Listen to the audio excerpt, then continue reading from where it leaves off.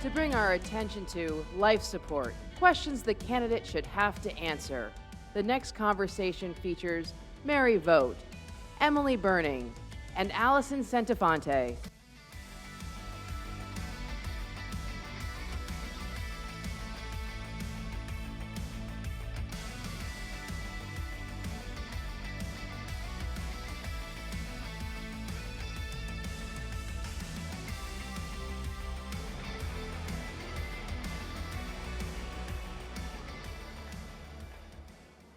Good morning, CPAC. We are so excited to be here with you today, and we are excited to talk about the most important issue facing our country today, and that is life. And we have an amazing panel for you today with these brilliant women, Allison Centofonte and Emily Burning. Allison is the Director of Strategic Communications at Live Action, and as many of you, as many of you know, Live Action has the largest online engagement platform in the pro-life movement.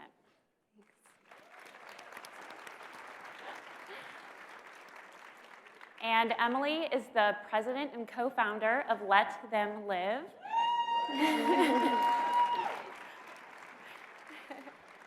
Let Them Live is an organization that saves the lives of babies from abortion by coming alongside women when they are pregnant and supporting them financially. So good. Awesome. So today we're going to talk about how pro-life candidates are constantly asked the tough questions about abortion. But when it comes to pro-abortion Democrats, like those that are running right now in 2020, they're given a constant free pass on their dehumanizing and out-of-touch views. And so today we're going to discuss this hypocrisy, and we're going to talk about some of the very critical questions that people, the media, that's you all back there, the media and the voters should be asking these candidates. So ladies, so just generally speaking, what would you specifically ask the Democrat candidates about abortion? Yeah, well, one question that is always coming to mind for me, Bill Clinton sort of coined the term safe, legal, and rare. And now that part of rare has been dropped off. So we hear candidates saying, well, we want our abortions safe and legal. And that to me is a question we need to ask, why? Why are you wanting more and more abortions? And I think that, the Democrat candidates have been completely out of touch with their voter base because 21 million Democrats actually want at least some restrictions on abortion. And so they're not really matching up with their voter bloc. Yeah, and I think, the work we do at Live Action every day is changing hearts and minds on abortion. And so I just want to say it's really neat to be in a room full of people who actually acknowledge medical science and reality of preborn children. You need to know that even though the media may like to call you extreme for being pro-life, you are the most logical, compassionate, medically and scientifically backed person in that room. So if you encounter one of these, Democrat presidential candidates or even a friend who's incredibly pro-abortion, I think there's two key questions you need to make sure that you ask. And the one is, well, what is abortion? Can you define it? Because when we've taken that question to the streets, people don't know. We've shown our medically animated video of what these procedures are, and people don't get mad because they've never seen it. They're enlightened. They say, I have no idea.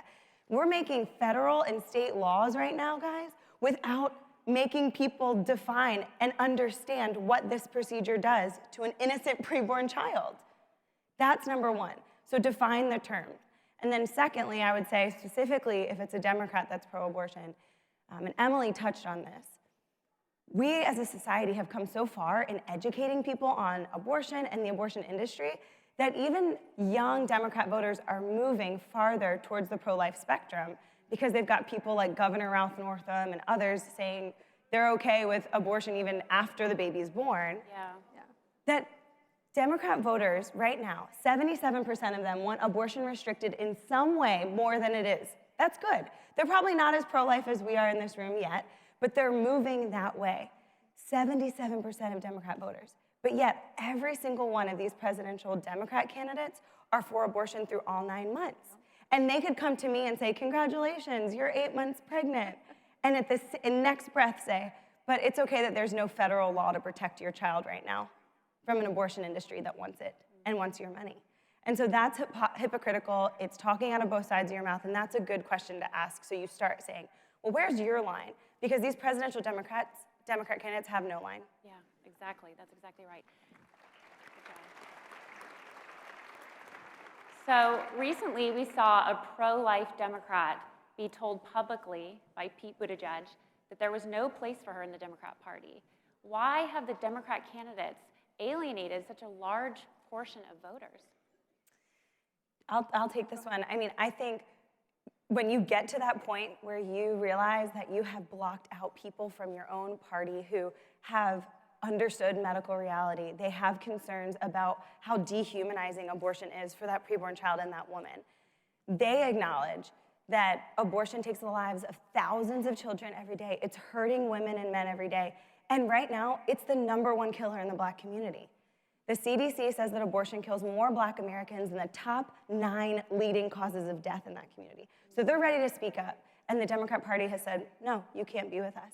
And that's because you just, like in life, and you guys know in this room, you have to follow the money. Yeah. Who are they speaking up for, if not for Democrat voters that want some restrictions? They're speaking up for groups like Planned Parenthood, NARAL, that fund their campaigns in a big way. Now, you guys know we give Planned Parenthood taxpayer money, you know that. Now, they can't use that money to fund candidates, but when we do that, when we give them any taxpayer dollars, it frees up their Hollywood celebrities to go and fund their political action committee. And they get people here to DC that are so pro-abortion, and also against a lot of other issues that you're hearing about today, to work against us. So we at Live Action have always said, look, defund Planned Parenthood of taxpayer money, all of it, because they're taking the lives of preborn children, but also they're hurting us. They're hurting our ability to pass pro-life laws. Yeah. And to touch on that as well, you know, Planned Parenthood is a big money business, 100%. And I also see groups in our work at Let Them Live. We actually have a mom who was offered money from the National Abortion Federation. And there's organizations like this and also Planned Parenthood that offer money. They'll give money to women to just go have an abortion. And then they'll say, that's it. We're done. See you later. Go on with your life. They don't walk alongside these women. They're not there to support them. They're not there to love them or their child throughout their pregnancy. But Let Them Live, for example, we will financially support them throughout their pregnancy. My husband and I are actually flying to California tonight to be in the delivery room with one of the moms that canceled her abortion last October. And that is pro-woman. That is what we need to be seeing in our pro-life advocacy, and that's what we need to see reflective in our laws. Loving women, loving their children, and walking alongside of them. Yes. Awesome. So this coming week, the U.S. Supreme Court is going to hear oral arguments in the June Medical Services v. Russo case. And this case highlights many of the very real health and safety violations that go along with abortion. In Louisiana specifically, several women, after having an abortion, left the clinics in severe pain, hemorrhaging. Many of them had hysterectomies, unable to have children ever again. How can the Democrat Party, which claims to be so pro-women, support abortion, which is clearly anti-women? It's all about money, in my opinion, because when you have Democrat candidates that are, being supported by organizations like Planned Parenthood that are bringing in just massive amounts of money, how can you trust people who say they're pro-woman that are actually benefiting monetarily off of the abuse of women through abortion? You cannot trust ever what they say, that they say they are pro-woman, because there's something in it for them. And it all comes down to that. Yeah, I agree. And I think you'll see on Wednesday, the Supreme Court will hear these oral arguments at the Supreme Court. If you guys are still in town, feel free to come down. We know the other side of this argument's going to be there. We are going to be there as well as the pro-life movement. But the irony of this case is that the pro-lifers are the ones saying women deserve better. Even abortion-minded women that are going in to get an abortion should be taken care of. We know as the pro-life community that someone always dies during an abortion, right? We just want to make sure it's not 2 people that day. And so we as pro-lifers are advocating for Louisiana to enforce that their abortionists have admitting privileges to get women to the hospital if they need it, because oftentimes they do. But the abortionists, like you said, are fighting against this. The Democrat Party is fighting against this, saying it's an access issue. You want access to shoddy abortionists that are leaving women hemorrhaging, like you said? But the pro-lifers, we are the movement of love, compassion, inclusivity. We're gonna be there for you as you walk in, as you walk out. We are there for you because we see you as a whole person, a whole woman. And that's not how the other side sees it. They see a paycheck and they abandon you, and that's what we're hearing. Absolutely, and you know, touch on it as well. A lot of these abortion facilities, they love to say that they are just another healthcare provider, that they are just like any other outpatient surgical center. You know, I think Elizabeth Warren mentioned that you know, abortion is just like going to get your tonsils taken out. But if they're wanting to say that abortion facilities are just like other medical care facilities, then they need to live up to those exact same standards. Yeah, well said. And I will say too, admitting privileges aren't enough. That's not what we want, right? We do not want these guys in business. There's people in a room of this size, post-abortive men and women, and we all know someone who's been touched by abortion that would say, this has got to end. Yes. Yep. Right? This is the greatest human rights abuse of our time. We have thousands of children's lives being lost. You and I have talked to post-abortive women and men, even if they're angry or if they're still not healed, that are saying, I don't want anyone to have to walk through what I walk through. And that's why we've dedicated our lives to this mission. Sure, one day we should all work on other things, but right now, this is urgent. This is the biggest human rights issue of our time. It's a winning issue, too.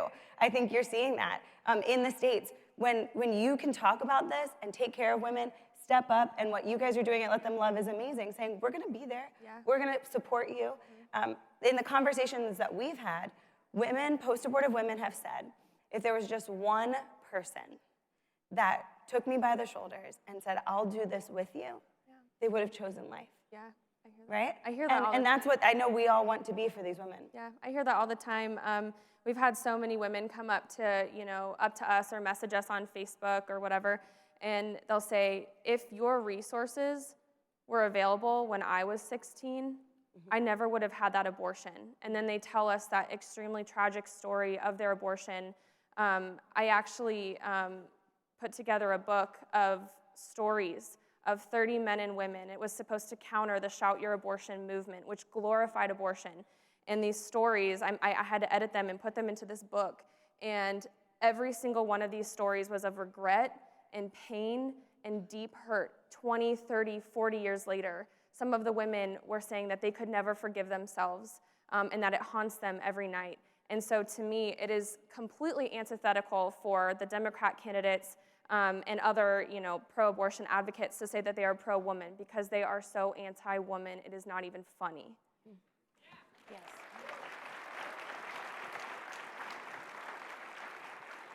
So we actually only have time for one more question. We could be here all day.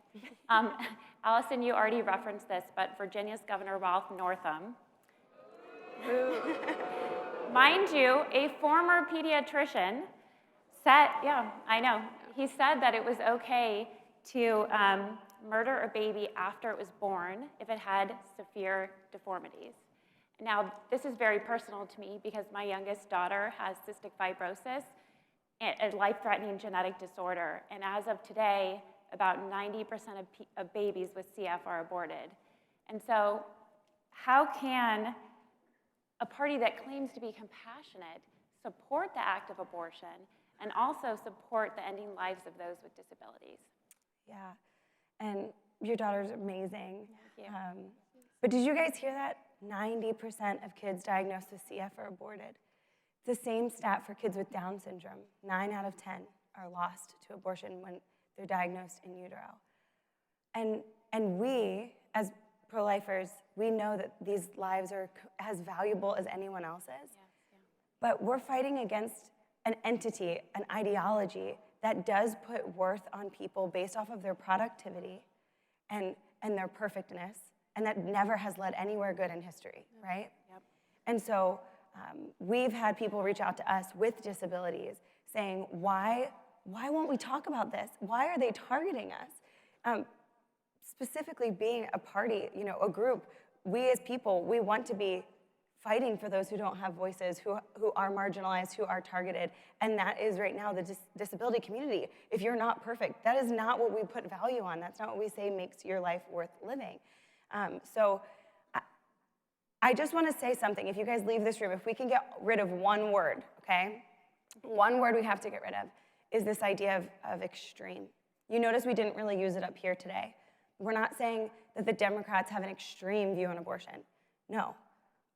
And you're not extreme for wanting to get rid of abortion. Like I said, you're compassionate, you're logical, you're medically and scientifically backed. If you want to talk about how dehumanizing and incompassionate it is, just look at this situation. You have Governor Ralph Northam and others who are so bought into an ideology that they can't even acknowledge that a baby born after maybe in a failed abortion attempt is worthy of giving treatment to.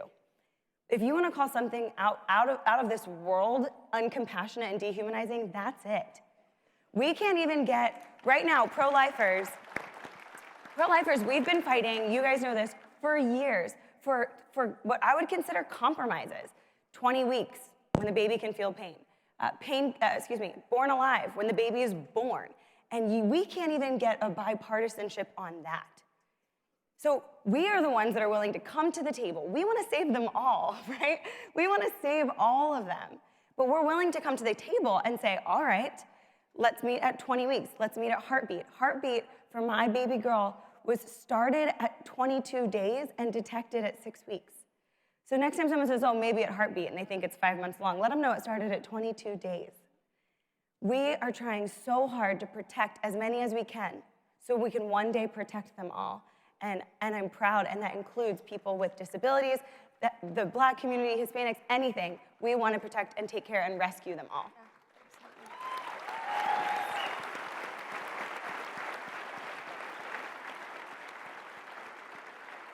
All right, so we have a little bit more time left. If you guys could just talk a little bit about how you see us getting rid of abortion and maybe specifically what your groups do. Yeah. Well, for us at Let Them Live, I am so proud to say that in the year we have been a nonprofit, we have helped 27 moms cancel their abortions. I did mention there's a baby due tonight. I am so excited. The mom we've been helping is holding on. We also have another baby due next week. And this shows me that coming alongside these moms and financially supporting them during their pregnancy is a huge way to attack the problem of abortion. 73% of women who get abortions do it because of financial instability. And that's from the Guttmacher Institute, and that number is huge. So we can address that problem. These abortions that are happening because of finances are 100% preventable. The lives that are being lost because a mom can't pay her rent, her child is not worth $500. Her child is priceless. So at Let Them Live, we don't put a price on her unborn child. We will help her no matter what through it all so that she can bring life into this world. And that's how we see that we can attack the problem of abortion at Let Them Live, and there's so many ways to do it. Live Action does an amazing job at educating people, and we can partner that way to change everybody's lives. Yeah, beautifully said. We love what you guys are doing. And it's really neat to see different parts working together because there's so many, so much great work happening. We at Live Action are dedicated, our founder and president, Lila Rose. How many know Lila? She's amazing. She's home with her beautiful newborn right now, so being, 100% pro-life too. But she's dedicated to exposing abortion and the abortion industry, and that's what our whole team is dedicated to. Every day, we're looking at news stories, we're looking at what's going on in culture to make people's hearts and minds change on abortion, because at our deepest intuition, we all are caring for human life. We all care about each other. We want people to live. Our instinct is to thrive and survive, and we want that for other people. So we do this by creating compelling content, capturing powerful stories of women like Kathy Barnett, who was born out of a hard case of rape and yet is here today at CPAC and is an amazing woman, sharing pro-life stories. And Live Action News is every day sharing what the mainstream media sometimes doesn't capture, which which is inside some of these facilities and also what's going on in the pro-life movement. We know that if and when Roe v. Wade is overturned, which we're working on, that it will go back to the states. And at that point, it's not, Roe v. Wade being overturned, guys, is not our end-all, be-all. It goes back to the states, and you and we will have to work in our communities to win over people, to convince them that we're gonna be able to take care of these children, these women, we can do it. And we're starting that now in partnership with other groups like Let Them Live and others to say, we're taking care of babies in our communities. Our state is not gonna stand for this. And when it's really nice, when we do change hearts and minds and we're seeing it happen every day, to then send them to someone says, all right, I chose life, who can I go to? And we have Emily, and we work that way. So I'm really excited. I think that we are gonna be I wanna be 80 years old and looking back and say, yeah, we did it. We ended abortion and we took care of them all. Awesome. Yeah. Thank you, ladies. Allison Santaforte and Emily Burning. Thank you so much for having us.